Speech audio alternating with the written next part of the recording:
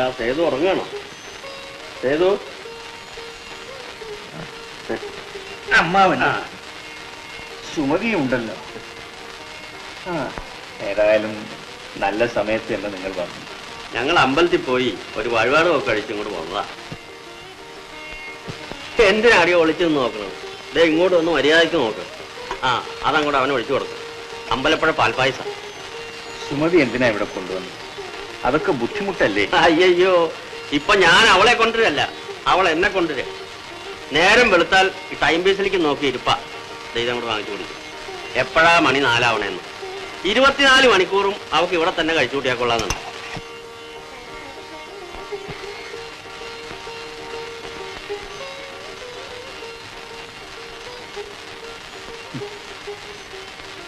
പായസത്തിന് നല്ല മധുരം, പക്ഷേ പെട്ടെന്ന് തീർന്നുപോയി. ഇനിയും തരാം. ഇത് മുഴുവൻ ചേട്ടന് വേണ്ടി കൊണ്ടുവന്നതാണ്. മുഴുവൻ കുടിക്കാൻ സമയമില്ല സുമതി. ഇത്രയും കിട്ടിയത് എന്റെ മഹാഭാഗ്യം. ബാക്കിയുള്ളത് ആ പാത്രത്തിൽ തന്നെ ഇരിക്കട്ടെ. മറ്റേതെങ്കിലും ഒരു ഭാഗ്യവാന് അത് പ്രയോജനപ്പെടും. സുമതി എനിക്ക് മധുരം തന്നെ, പിന്നെ ഞാനും എന്തെങ്കിലും തരണ്ടേ? ഇപ്പോ ഇത് മാത്രമേ ഗളിജോടി.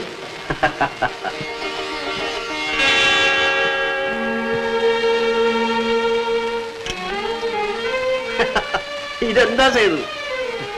അല്ലെങ്കിലും നിനക്ക് എപ്പോഴും തമാശയാ. ദുഃഖം ദൈവത്തിന്റെ തമാശയാണ്. ഈ ആറഞ്ചിന്റെ തോല് പോലെയാണ് ഞാൻ. ഇതിനകത്തും ഒന്നുമില്ല, എല്ലാം ദ്രവിച്ചു പോയി. ചെയ്തു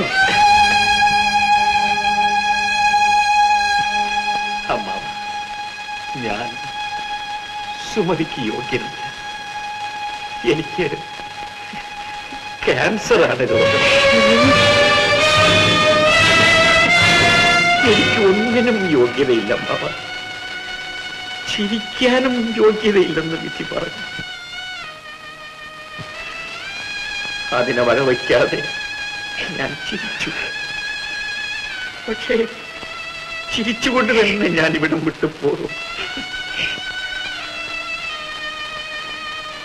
സുമതിക്ക് നല്ലൊരു ഭർത്താവിനെ കിട്ടും. നിങ്ങൾ ആരും എന്നെ ഓർമ്മിക്കരുത്. ഓർമ്മിച്ചതുകൊണ്ട് ഒരു പ്രയോജനവുമില്ല.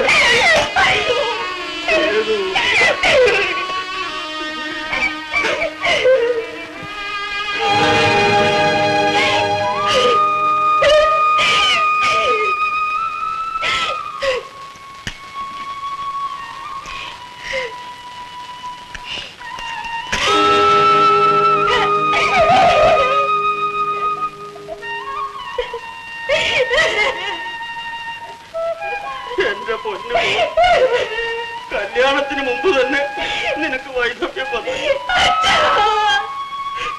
എന്റെ വിധിയായല്ലോ മോളെ.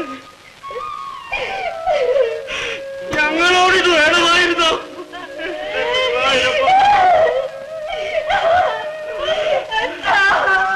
സേതു, നീ എന്റെ അഭിമാനം രക്ഷിച്ചു. ഈ നഴ്സിംഗ് ഹോമിന്റെ സൽപ്പേര് നീ നിലനിർത്തി. ഇന്നലെ ആ വിഷം കഴിച്ച് മിസ്റ്റർ പ്രസാദ് മരിച്ചു പോയിരുന്നെങ്കിൽ എനിക്കത് ആലോചിക്കാൻ കൂടെ പാടില്ല. നീ ഒരു മഹാത്യാഗിയാണ് സേതു. അല്ല ഡോക്ടർ, ഞാനല്ല പ്രസാദിന്റെ ജീവൻ രക്ഷിച്ചത്, ദൈവമാണ്. തക്ക സമയത്ത് ഞാൻ ഉണർന്നില്ലായിരുന്നുവെങ്കിൽ ഡിക്രൂസ് പ്രസാദിനെ കൊന്നുകളയുമായിരുന്നു. പ്രസാദും ഞാനും ഒരു ദിവസമാണ് ഈ നഴ്സിംഗ് ഹോമിൽ വന്നത്.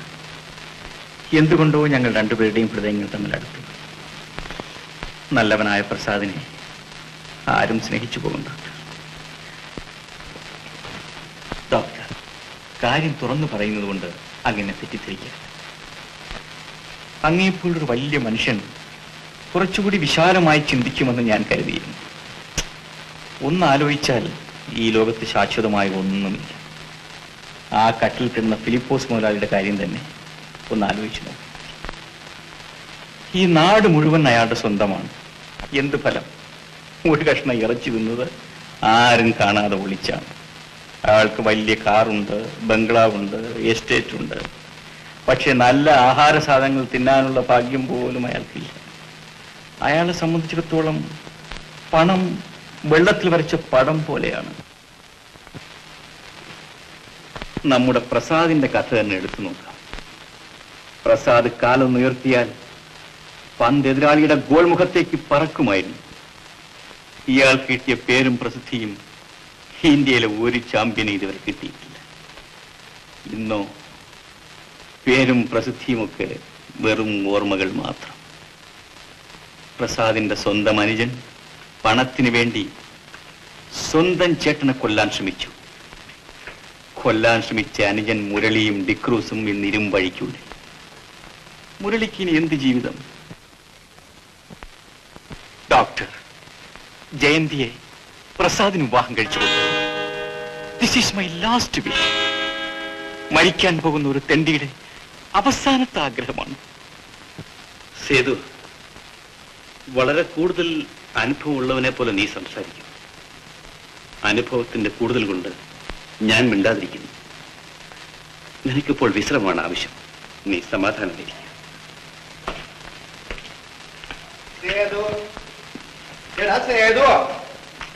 നീ പിന്നെ എന്നെ പറ്റിക്കുവോ? ഇത് പൊട്ട വാച്ചാ, ഇത് നിന്നുപോയി. ഓഹോ, അത് നേരത്തെ നിന്നുപോയോ? അപ്പൊ എന്റെ പണോ? താനണി സേതുവിനോട് ഒരു അക്ഷരം വേണ്ടി പോകരുത്. പണം പണം പണം. തനിക്ക് എത്ര പണം വേണോടോ? ഞാൻ തരാം. വേണമെങ്കിൽ 1000 രൂപ കൂടുതൽ തരാം. പക്ഷേ അവന്റെ ശവത്തിന്റെ മുൻപിൽ ചെന്ന് നിന്ന് പലിശ ചോദിക്കരുത്.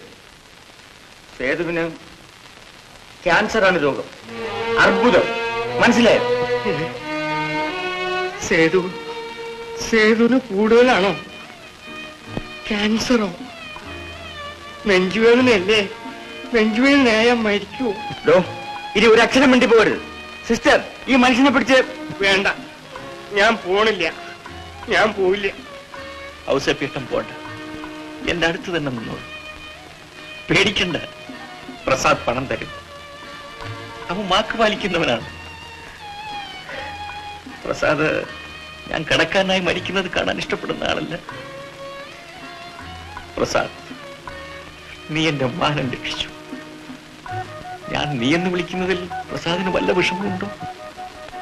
ദേഷ്യം നിന്നോട്? ഉറക്കം എത്ര സുന്ദരമാണ്, മരണം അതിലേറെ സുന്ദരമായിരിക്കും. സേതു, ഔസേപ്പിയേട്ട, ചേട്ടനെ എനിക്കിഷ്ടമാണ്. എന്നെ ഈ ആസ്പത്രിയിൽ പതിവായി കാണാൻ വരാറുള്ള ഒരേ ഒരു മനുഷ്യജീവി ചേട്ടൻ മാത്രമാണ്. ഞാൻ കഷ്ടപ്പെട്ട കാലത്ത് എനിക്ക് പണം കടം തന്നു. പണവും പലിശയും തരാതിരുന്നിട്ടും എന്റെ പേരിൽ ചേട്ടൻ കേസ് കൊടുത്തില്ല. സേതു, എനിക്ക് ആ പണം തിരിച്ചു വേണ്ട. എനിക്ക് വേണ്ട. എനിക്ക് മുതലും വേണ്ട, പലിശയും വേണ്ട. നീ ജീവിച്ചാൽ മാത്രം മതിയിടാ പോലെ. ഇതാ നിന്റെ വാച്ച്. നിന്റെ യാതൊന്നും എനിക്ക് വേണ്ട. ഇനിയും നിനക്ക് പണം വേണോ?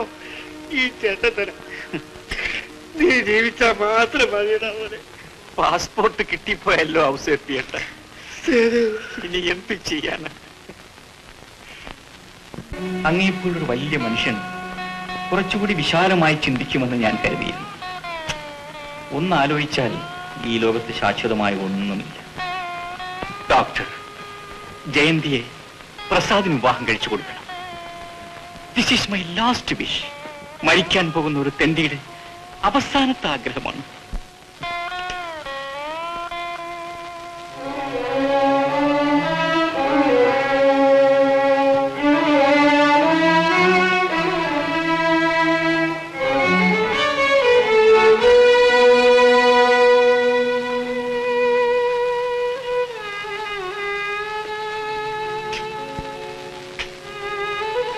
സേതുവിനെ ചികിത്സിച്ച വകയില് അവിടേക്ക് വരേണ്ട ഫീസായിട്ട് ഈ പണം ഇവിടെ ഇരിക്കണം. എന്ത്? ഞാൻ പലിശ വാങ്ങിച്ച പണം.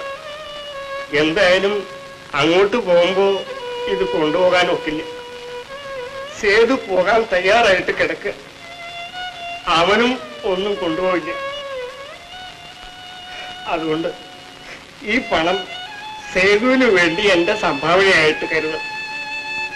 എന്തൊക്കെയായാലും അവൻ പാവമ, എനിക്കവനെ ഇഷ്ടം.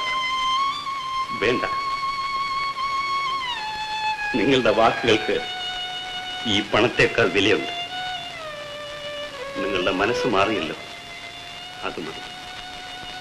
എന്റെ മനസ്സും അവൻ മാറ്റി. പാവപ്പെട്ട സേതു.